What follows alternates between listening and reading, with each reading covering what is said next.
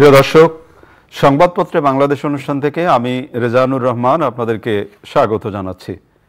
বিভিন্ন জাতীয় দৈনিকে প্রকাশিত খবরের বিশ্লেষণ নিয়ে আমাদের আজকের এই অনুষ্ঠানে অতিথি হিসেবে উপস্থিত আছেন মুক্তিযোদ্ধা বিশিষ্ট সাংবাদিক, আমাদের অনেক প্রিয় মানুষ অজয় দাস গুপ্ত। শুভ সকাল। আপনাকেও শুভ সকাল। পত্রপত্রিকায় প্রকাশিত কয়েকটা গুরুত্বপূর্ণ শিরোনাম আপনাকে একটু পড়ে শোনাই, তারপর আলোচনায় যেতে চাই। প্রথম আলোর শিরোনাম, উপজেলা নির্বাচন আজ, সংঘাত এড়িয়ে ভোটার উপস্থিতি বাড়ানোয় আওয়ামী লীগের লক্ষ্য। পাবলিক বিশ্ববিদ্যালয় তবু ভূমিহীন গৃহহীন, ডোনাল্ড লু ঢাকায় আসছেন এ মাসে।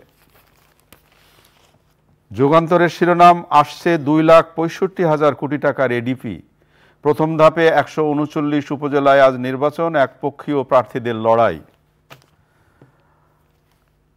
সমকালের শিরোনাম, একীভূতকরণের চাপিয়ে দেওয়া সিদ্ধান্তে হোঁচট, ব্যাংক খাতে অস্থিরতা, লড়াই আওয়ামী লীগে তবু সংঘাতের শঙ্কা।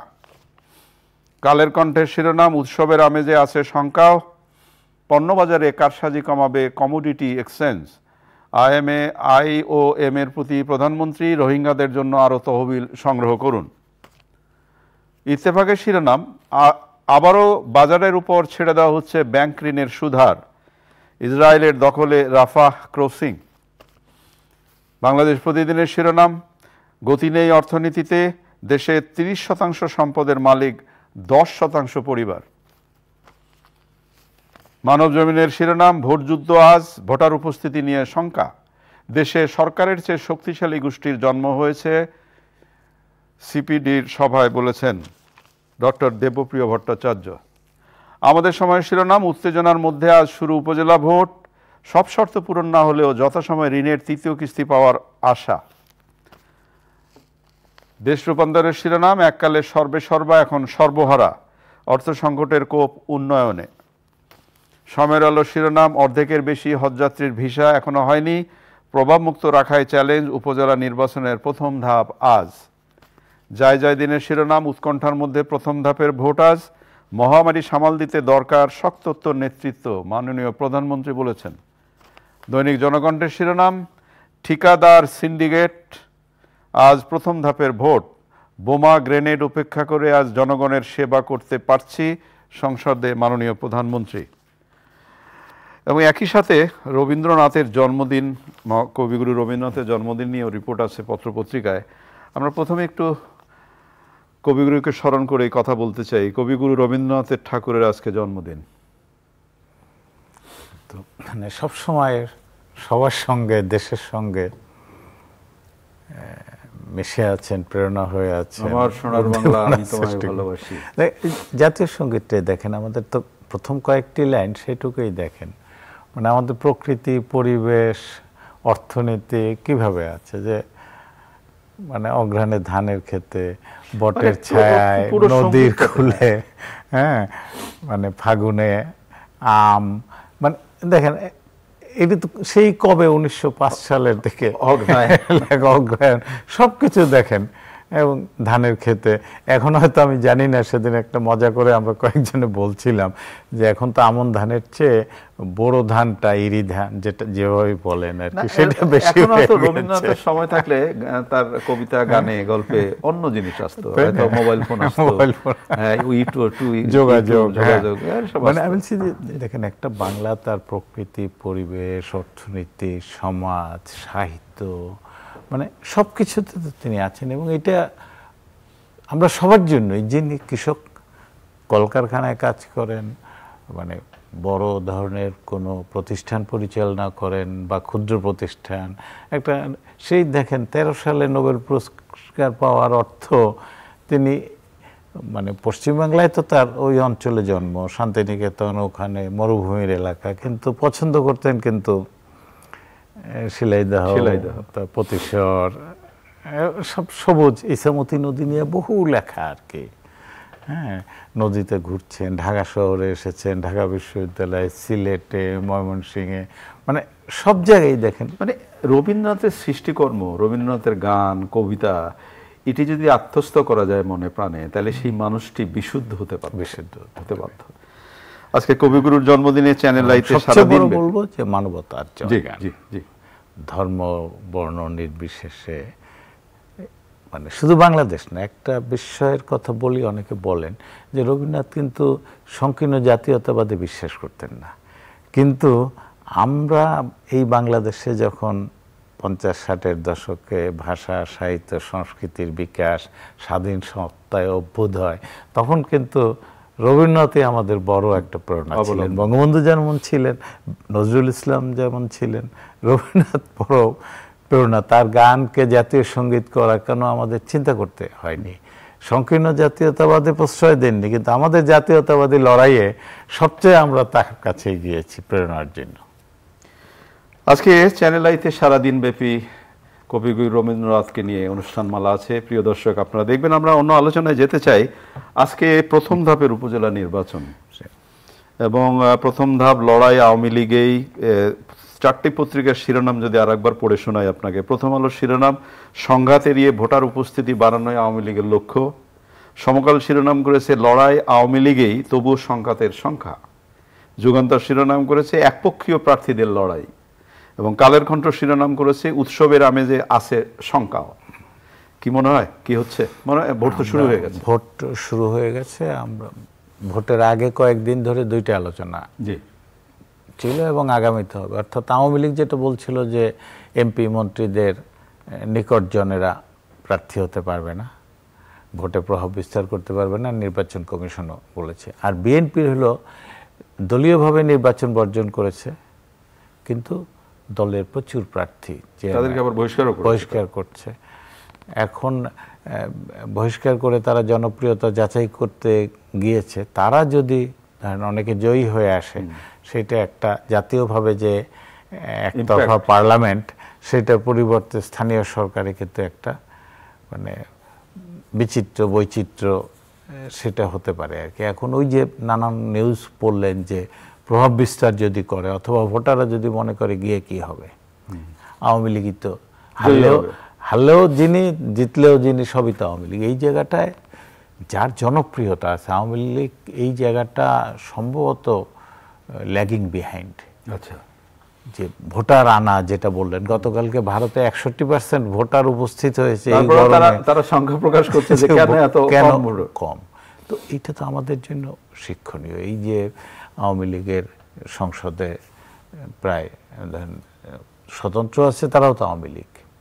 উপজেলাগুলোতে এমপি মন্ত্রী, তাদের তো আত্মীয় স্বজন, তাদের কাজ হওয়ার কথা ছিল যে পরিবারে একজন এমপি আছে বা মন্ত্রী আছে, অন্যরা আসুক, অথবা তারা স্কুলগুলো যাতে ভালোভাবে, এত সবকিছু আমারই হইতে হবে, পড়াশোনা ভালোভাবে চলে, গ্রামে হাসপাতাল আছে, উপজেলায় হাসপাতাল আছে, ওগুলো যাতে ভালোভাবে চলে, তাই না? সমাজ, গভর্নমেন্ট 1 লক্ষ কোটি টাকার বেশি এই যে সোশ্যাল সিকিউরিটি, সামাজিক নিরাপত্তার জন্য বিধবা ভাতা, বয়স্ক ভাতা, এই ধরনের কত ভালো ভালো কাজ আছে, বাজেটের একটা ভালো অংশ দিক, সেইগুলো যাতে সুষ্ঠুভাবে হয়। এমপির পরিবারের সদস্যরা, স্ত্রী, পুত্র, কন্যা, ভাই, চাচা, এই দিকে তো নজর দিতে পারতো তারা, কিন্তু এর পরিবর্তে নজরটা হচ্ছে প্রোটোকলের দিকে। গাড়ি, হ্যাঁ, আমারও নেতা হতে হবে, প্রোটোকল পেতে হবে, এই ইউনিয়নের সব কাজ ইউনিয়ন পরিষদের নিয়ন্ত্রণ করতে হবে, আমাকে এই থানা নিয়ন্ত্রণ করতে হবে। এমন কথা নাকি শোনা যায় যে মাননীয় এমপি সাহেবের স্ত্রী বা পোষ্যরা বিমানবন্দর থেকে নামলেন বা কোথা থেকে নামলেন, তারা প্রোটোকল পান। এখন প্রোটোকল আপনি পেয়ে যায়। 50টা মোটরসাইকেল ছাড়া এমপি পুত্র চলতে চান না বাংলাদেশের কোথাও। এমপি তো আছেনই, তার তো পুলিশ থাকে, থানা তার জন্য নিয়ে যেত। না, তাহলে ধরেন এই জায়গাটা, মানুষ কিন্তু এই জায়গাটাই পরিবর্তন দেখতে চায়। খুব জরুরি, খুবই জরুরি দরকার। আপনি নিশ্চয়ই খেয়াল করেছেন, প্রসঙ্গক্রমে আমি একটা আলোচনা আপনার কাছে তুলতে চাই। সিপিডির ফেলো ডক্টর দেবপ্রিয় ভট্টাচার্য একটি চমৎকার কথা বলেছেন, এটি বোধহয় আলোচনা হওয়া খুব জরুরি। কতিপয় বড় ধরনের মুনাফাখোরি গোষ্ঠী, ব্যক্তি, প্রতিষ্ঠান নিয়ন্ত্রণ নিয়ে গেছে, শুধু বাজার নিয়ন্ত্রণ না, সরকারকেও নিয়ন্ত্রণে নিয়ে যাচ্ছে। এটার সাথে আরেকটা নিউজ কিন্তু আপনি পড়েছেন যে 30% সম্পদ, জি, 10 পরিবারের হাতে, 10% মানে ধনবান তারা। এই যে বাজার, সরকার কিন্তু কত বলছে, আপনি এই কারণ বাজারের, বড় বাজারের ব্যবসায়ী সমিতি বলেন, আর ওই কোনো চরের মধ্যে একটা বাজার আছে সেইখানের ব্যবসায়ী সমিতি বলেন, অথবা এফবিসিসিআই, বিজিএমইএ বলেন, সবগুলো নিয়ন্ত্রণ কাদের হাতে? ব্যবসায়ী সংগঠন হলেও এখানেও কিন্তু ক্ষমতায় যারা থাকেন, তাই না? পরিবহন শ্রমিক, আপনি দেখেন পরিবহন খাতের তো উন্নতি হয়েছে অনেক। এই রেল দেখেন ব্যবস্থাপনা, অনেক রেল কিন্তু অনেক মানে হচ্ছে, পরিসর তার বাড়িয়েছে, রেলের সংখ্যা বেড়েছে, যদিও রেলের দুর্ঘটনা নিয়ে। কিন্তু দেখেন এই যে জায়গাটা, অর্থাৎ আপনি যাদেরকে নিয়োগ দিচ্ছেন, ধরেন এই যে সাম্প্রতিক সময়ে একটা সিগন্যালিং ব্যবস্থার কারণে স্টেশন মাস্টারের গাফিলতির কথা বলা হচ্ছে, তার জন্য যে আমার ক্ষতিটা হলো রাষ্ট্রের। আপনি যাদের নিয়োগ দিচ্ছেন তারা দক্ষ কিনা, যোগ্য কিনা, আন্তরিক কিনা, নিষ্ঠাবান কিনা, তাই না? সেই বহু বছর ধরে কিন্তু আমাদের সংবাদপত্র প্রশংসা করে যে একটা ছেলে সেই ঝড়ের মধ্যে ওই রেল লাইনের দাদির কাপড় উঁচিয়ে দাঁড়িয়ে আছে, এগুলো কিন্তু, তাই না? এই যে জায়গাগুলো আপনার দেখেন, প্রিয়, তিনি সব কথা হয়তো সবাই একমত হবেন না, কিন্তু অর্থনীতিতে যে আপনি যে জায়গাটাই যাচ্ছেন, আপনি সব অনেকগুলো পত্রিকায় কিন্তু আজকে কৃষক ধান কাটছে তার ছবি আছে। এত মানে কৃষক করছে, সরকার সহায়তা করছে বলেই তো আজকে সারের ধরেন কোনো সংকট হয়নি। বিদ্যুৎ, এই যে ইরি ধান তো পুরোটা, বোরো ধান পুরোটাই তো সেচ নির্ভর, কাজে বিদ্যুৎ দরকার হয়। মানে খুব বড় ধরনের কোনো বিদ্যুৎ সংকট হয়েছে, দাম আছে বিদ্যুতের, হাই প্রাইস, ডিজেলের চড়া মূল্য, এগুলো গ্রামে বোধ করি একটু বিদ্যুতের, মাননীয় প্রধানমন্ত্রী গতকাল কিন্তু বলেছেন যে নিরবিচ্ছিন্ন বিদ্যুৎ সরবরাহ না, কিন্তু এই যে ইরি ধানের সেচের মৌসুম তো চলে গেছে, ওই সময় খুব বড় সমস্যা হয়েছে তা না, কিন্তু বিদ্যুতের সমস্যা কিছু তো এখন আছে, যদিও শতভাগ বিদ্যুৎ দায়িত্ব দেশ, কিন্তু ডিজেল, সে এক্সপোর্ট ইম্পোর্টের সমস্যা, ডলার সমস্যা, কিছু তো সমস্যা হয়েছে, এইসব কারণেও দাম বাড়াতে হচ্ছে।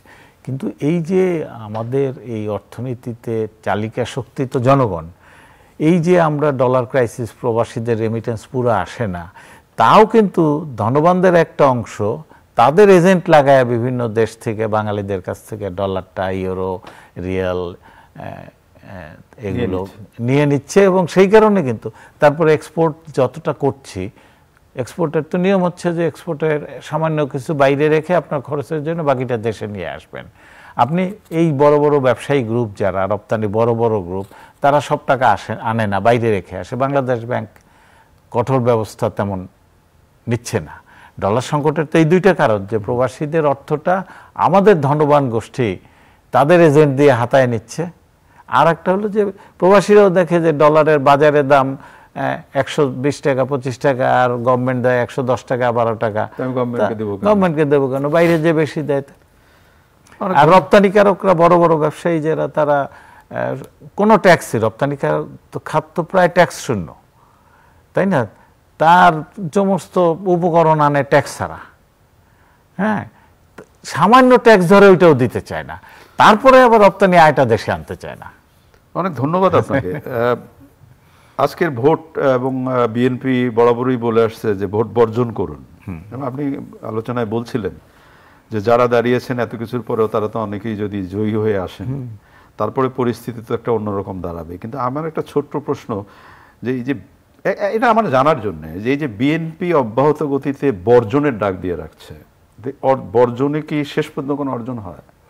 সেটা তারা না একটা বৃহত্তর পরিসরের কথা বর্জন হয়। ওই যে নির্বাচনের 7 জানুয়ারি নির্বাচনের সময় তারা অসহযোগের ডাক দিয়েছিল, কিংবা তারপরে আবার ভারতীয় পণ্য বর্জনের ডাক দিয়েছে, তাতে কি কোনো অর্জন আছে? কার্যত হওয়ার কথা না। কারণ 2014, 18, তারপরে এই 24 সব নির্বাচন একটা পর্যায়ে এসে স্থানীয় নির্বাচনও বর্জন করা শুরু করলো, ইউনিয়ন। তাতে আওয়ামী লীগের লোকেরাও এইটার যে আচ্ছা প্রতিপক্ষ নাই, আমরা নিজেরা তাইলে মানুষের কাছে আরো বেশি বেশি করে যাই, কারণ ভোটের প্রতিদ্বন্দ্বী না থাকলে কিন্তু অনেক সময় অনেক ভালো ইস্যু সামনে আনা যায়। প্রতিপক্ষকে এইটার আবার নেতিবাচক ব্যাপারও আছে, যেহেতু কেউ নাই, আমি আর কি করব, কোথায় যাব? আমি না, উনি তো আরো ভালো ভালো কর্মসূচি, অনেক সময় ভোটের জন্য অনেকে বলেন না যে ভোটের জন্য অনেক ছাড় দিতে হয়। আপনি একটা এলাকাকে বললেন যে আচ্ছা ওই এলাকায় আমাকে ভোট দেয় না, আপনি বেশি সময় দিবেন। হ্যাঁ, ভোটের জন্য তো অনেক সময় অনেকে উগ্রতা ছড়ায়, হিংসা ছড়ায়, কিন্তু প্রতিপক্ষ যদি শক্ত না হয় তাহলে তো আপনি ভালো ইস্যু নিয়ে যেতে পারেন, কারণ প্রতিপক্ষকে মোকাবেলা করেন। সেটা কয়জন যায় সেটাই হচ্ছে তাই না? আপনি এই যে বিএনপি ভোট বর্জন করছে, তাদের নেতা কর্মী, তাহলে আপনি কি ভরসায় থাকছেন? কোনো মানে হবে কোন এমন একটা ঐশ্বরিক কোনো কিছু এসে তাকে ক্ষমতায় নিয়ে আসবে, প্রোটোকল পাবো, ওইটাই হচ্ছে প্রোটোকল পাবো।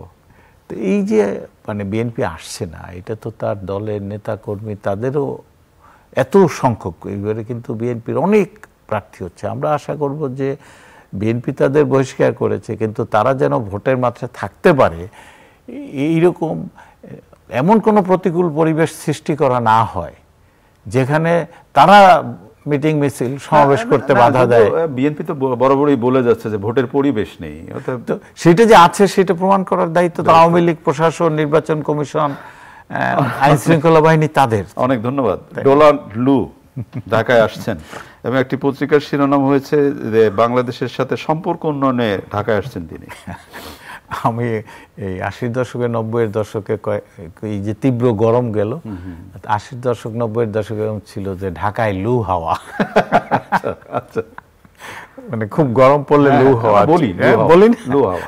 এখন এই ইলেকশনের আগেও কিন্তু শোনা গেছিল যে লু সাহেব এসে, হ্যাঁ, মানে অনেক টিভি চ্যানেলও কিন্তু লু সাহেবের সরাসরি ইন্টারভিউ আমরা প্রচার করতে দেখেছি আর কি।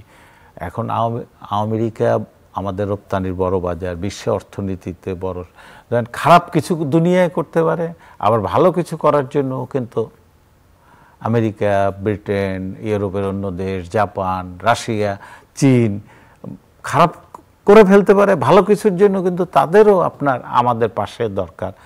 রপ্তানির জন্য শুধু না, তাদের ওখানে বহু লোক আমাদের চাকরি করতে চায়, হ্যাঁ, আন্তর্জাতিক বহু সংগঠন তারা নিয়ন্ত্রণ করে। কিন্তু এই মুহূর্তে আমেরিকায় ছাত্র আন্দোলন যেভাবে চারা দিয়েছে, ছাত্র আন্দোলনের যে অবস্থা, সেটার ব্যাপারে আপনার মত? সেটা যে আমেরিকার ওই ছাত্র আন্দোলন কিন্তু দমন নীতি নিয়ে দমন করতেছে, হ্যাঁ, ছাত্রদের এমনকি ডিগ্রি কেড়ে নেওয়ার হুমকি দিচ্ছে, সমাবর্তন অনুষ্ঠান বাতিল করছে।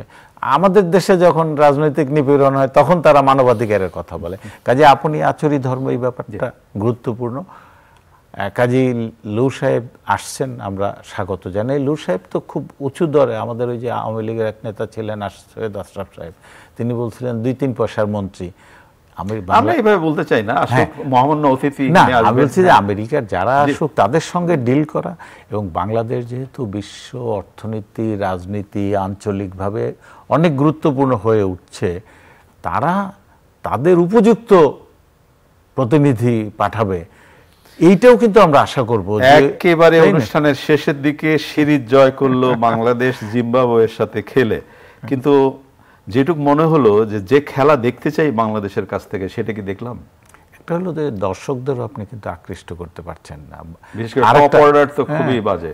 মানে খেলা আপনাদের মেয়েদেরও কিন্তু এই যে ভারতের সঙ্গে সিরিজ হলো, আমরা মেয়েদের ক্রিকেট অতটা মানে আন্তর্জাতিক মানে এই যে দর্শক আপনি টানছেন না, নিজেদের আমাদের খেলোয়াড়দের মধ্যে এমন কেউ পাচ্ছি না, সিরিজ জয় হয়ে গেছে কিন্তু সিঙ্গেল আউট করবেন একজন খেলোয়াড়কে, 2জন যার খেলা দেখতে যাব, মেয়েদের মধ্যেও ছেলেদের মধ্যেও, এটা কিন্তু হলো না আর কি।